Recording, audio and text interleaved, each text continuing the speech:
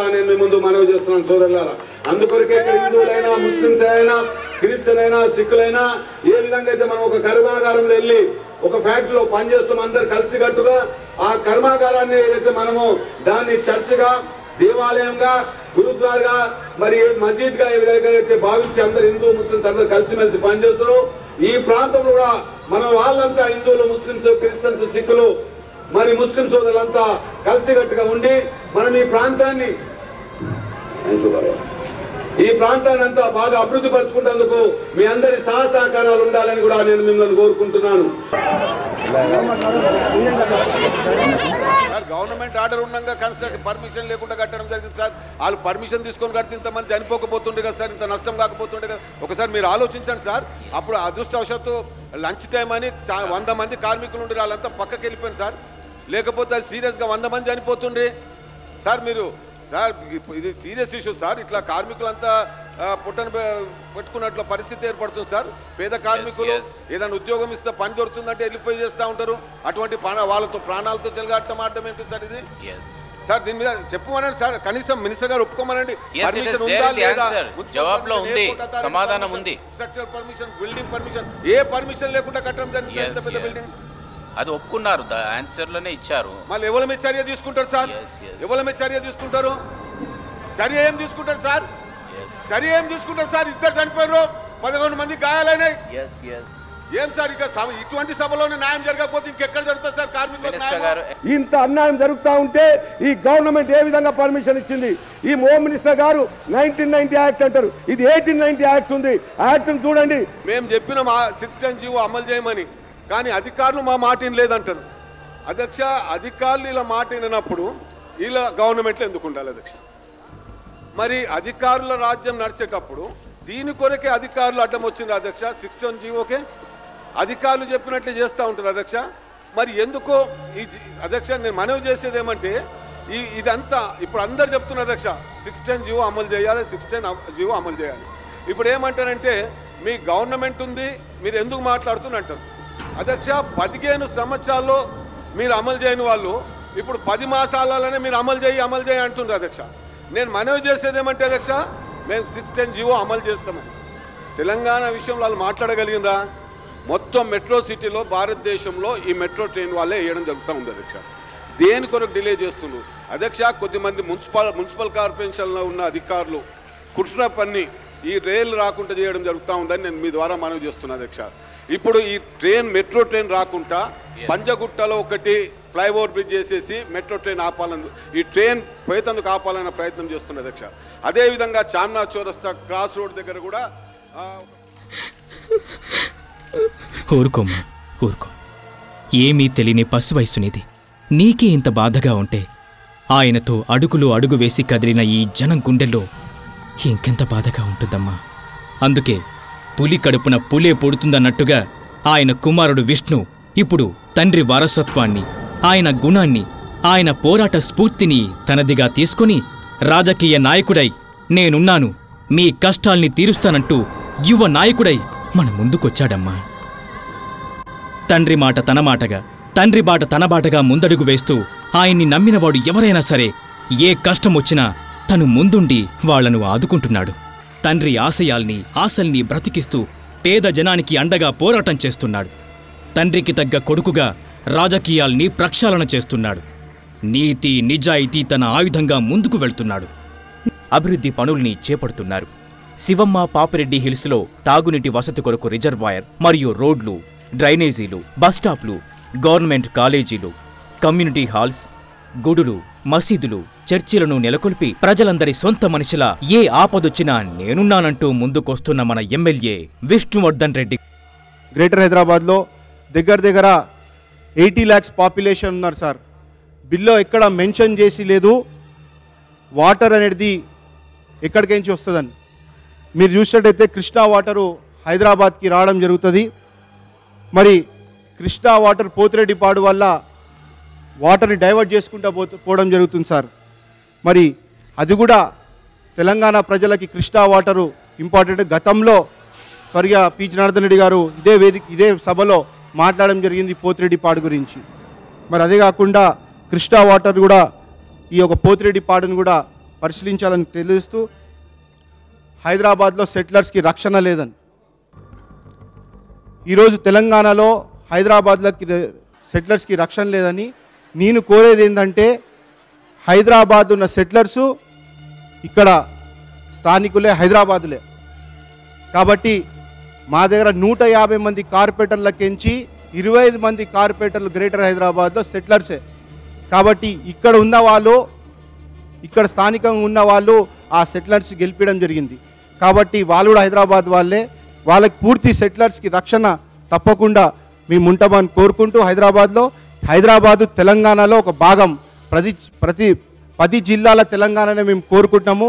ఈ యొక్క 10 years common capital తోటి ఒకవేళ నిజాం పరిపాలనకు వస్తుంది సార్, ఫస్ట్ బోనాలు స్టార్ట్ అవుతుంది, గోల్కొండ కీలా నుంచి బోనాలు స్టార్ట్ అవుతుంది సార్.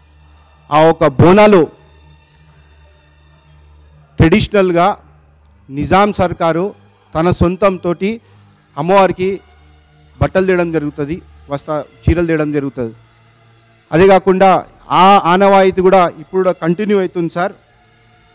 ఇక్కడ హిందువులు ముస్లింలు వేరే వేరే కాకుండా అందరం కలిసి ఉన్నాం ఇక్కడ.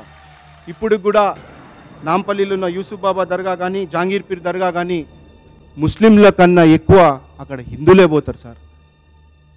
కాబట్టి భద్రాచలంలో అయితే శ్రీరాములు గారి ఒక గుడి ఉందో అక్కడికి కూడా తలంబ్రాలు అనేది మొదలు నిజాం సర్కార్ స్టార్ట్ చేసిందని మర్చిపోద్దని కోరుకుంటున్నాను సార్. మరి కరెంట్ రానే లేదు. విద్యుత్ అధికారులు ఫోన్లు చేసినా ఎవరూ స్పందించలేదు. దీంతో ఎమ్మెల్యే విష్ణును ఆశ్రయించారు స్థానికులు. జనంతో కలిసి శ్రీనగర్ కాలనీలోని కరెంట్ ఆఫీస్కొచ్చారు విష్ణు. అప్పటికే ఫుల్లుగా మందు కొట్టిన ఓ ఉద్యోగి ఎమ్మెల్యేకు రెడ్ హ్యాండెడ్ గా దొరికిపోయాడు. ఆ తర్వాత 2 గంటలకొచ్చిన ఓ అధికారి నాకు సంబంధం లేదని చేతులెత్తేశాడు. హైదరాబాద్ లో ఉన్న సీమాంధ్రులకు రక్షణ కల్పించే బాధ్యత నగరం నుంచి ప్రాతినిధ్యం వహిస్తున్న తాము తీసుకుంటామని హామీ ఇచ్చారు జూబ్లీహిల్స్ ఎమ్మెల్యే విష్ణువర్ధన్ రెడ్డి. బోనాల పండుగ సందర్భంగా ఆయన దోబల్గూడలోని నల్లపుచ్చం ఆలయంలో పూజలు నిర్వహించారు. తరతరాల నుంచి హైదరాబాద్ లో నివసించి తిరిగి సీమాంధ్రకు వెళ్లలేని వారంతా ఇక్కడ నిర్భయంగా జీవించవచ్చని కోరారు విష్ణు. అయితే హైదరాబాద్ ను 2 రాష్ట్రాలకు ఉమ్మడి రాజధాని చేయాలన్న ప్రతిపాదనను తాము ఒప్పుకునే ప్రసక్తే లేదని చెప్పారు విష్ణువర్ధన్.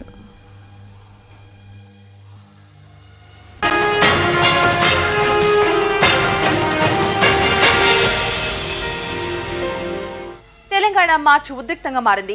అటు ఖైరతాబాద్ లో ఎమ్మెల్యే విష్ణువర్ధన్ రెడ్డిని పోలీసులు అడ్డుకున్నారు. అయితే తెలంగాణ విషయంలో తనది కూడా తన తండ్రి మార్గమేనని విష్ణువర్ధన్ రెడ్డి ఇప్పటికే స్పష్టం చేశారు. రేపు జరగబోయే బయోడైవర్సిటీ సదస్సును కూడా అడ్డుకోవాలని ఆయన పిలుపునిచ్చారు.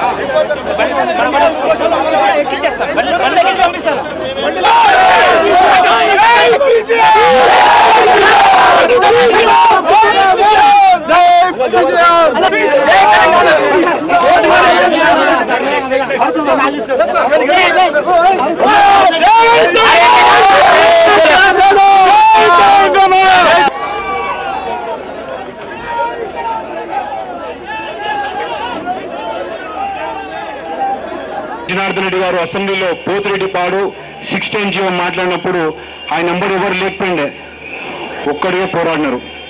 ఏ పార్టీ వాళ్ళు లేకపోయిండే, తెలంగాణ ఇష్యూ ఆయన ఒక్కడే లేవదీస్తున్నారు. కాబట్టి ఆయన ఇన్స్పిరేషన్ గా తీసుకొని ఈ రోజు ఆయన కొడుకుగా నేను ముందుకు వచ్చాను. బోరబండలో ప్రజాపథం కార్యక్రమంలో ఉద్రిక్తత చోటు చేసుకుంది. అధికారులను ఎమ్మెల్యే విష్ణు నిలదీశారు. రచ్చబండలో సీఎం హామీలను నెరవేర్చలేదంటూ అధికారులను గదిలో నిర్బంధించారు. సీఎం హామీ ఇవ్వాలని డిమాండ్ చేశారు. పూర్తి వివరాలు మా ప్రతినిధి సంతోష్ రెడ్డి తెలుసుకుని. సంతోష్, బోరబండలో ప్రజాపథం కార్యక్రమం రసాభాసకు సంబంధించి మీ దగ్గర సమాచారం ఏంటి? ఎమ్మెల్యే విష్ణు అధికారులను బంధించినట్టుగా కూడా మనకు వార్తలు అందుతున్నాయి. అక్కడ ప్రస్తుతం ఏం జరిగింది? అయితే దేవి బోరబండలో ఈ రోజు రాష్ట్ర ప్రభుత్వం తలపెట్టిన ప్రజాపదం పదాన్ని ఎమ్మెల్యే జూబ్లీహిల్స్ ఎమ్మెల్యే విష్ణు అత్తుకున్నాడు. గతంలో రచ్చబండ కార్యక్రమంలో కూడా సీఎం అప్పుడు సాక్షాత్తు సీఎం వచ్చి బోరబండ వాళ్ళకి అందరికీ హామీ ఇచ్చాడు, మీకు ఇల్లు నిర్మిస్తామని, సీసీ రోడ్లు నిర్మిస్తామని హామీ ఇచ్చారు. అయితే ఆ హామీని ఇంతవరకు నెరవేర్చలేదు. అయితే విష్ణు అగ్రెసివ్ గా అన్నాడు, ఒక అధికార పార్టీ కాంగ్రెస్ పార్టీకి చెందిన ఎమ్మెల్యే విష్ణు ప్రభుత్వాన్ని అక్కడ రసాభాసగా మారింది. దాంతో పాటు అధికారులు కూడా మేము ప్రజలకి ఆన్సర్ చెప్పేది ఎమ్మెల్యేలు మేము మమ్మల్ని అడుగుతారు, మీరు గతంలో రచ్చబండలో ఇచ్చిన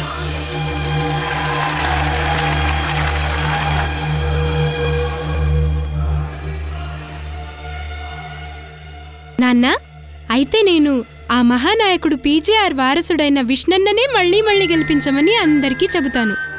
నువ్వు కూడా అమ్మ, అన్నయ్య, అక్క, మావయ్య, అత్తమ్మ, అమ్మమ్మ, నాన్నమ్మలకు చెప్పి విష్ణన్నకే ఓటు వేసి గెలిపించమని చెప్పు, సరేనా? అవునమ్మా, అలాగే చెప్తాను. తన తండ్రి తర్వాత అంతటి అభివృద్ధి సాధిస్తున్న ఎమ్మెల్యే విష్ణు. ఈ జూబ్లీహిల్స్ నియోజకవర్గానికి ఎప్పుడూ పీజేఆర్ నాయకత్వమే ఉండాలని అందరికీ చెప్తాం. జై పీజేఆర్, జై జై పీజేఆర్.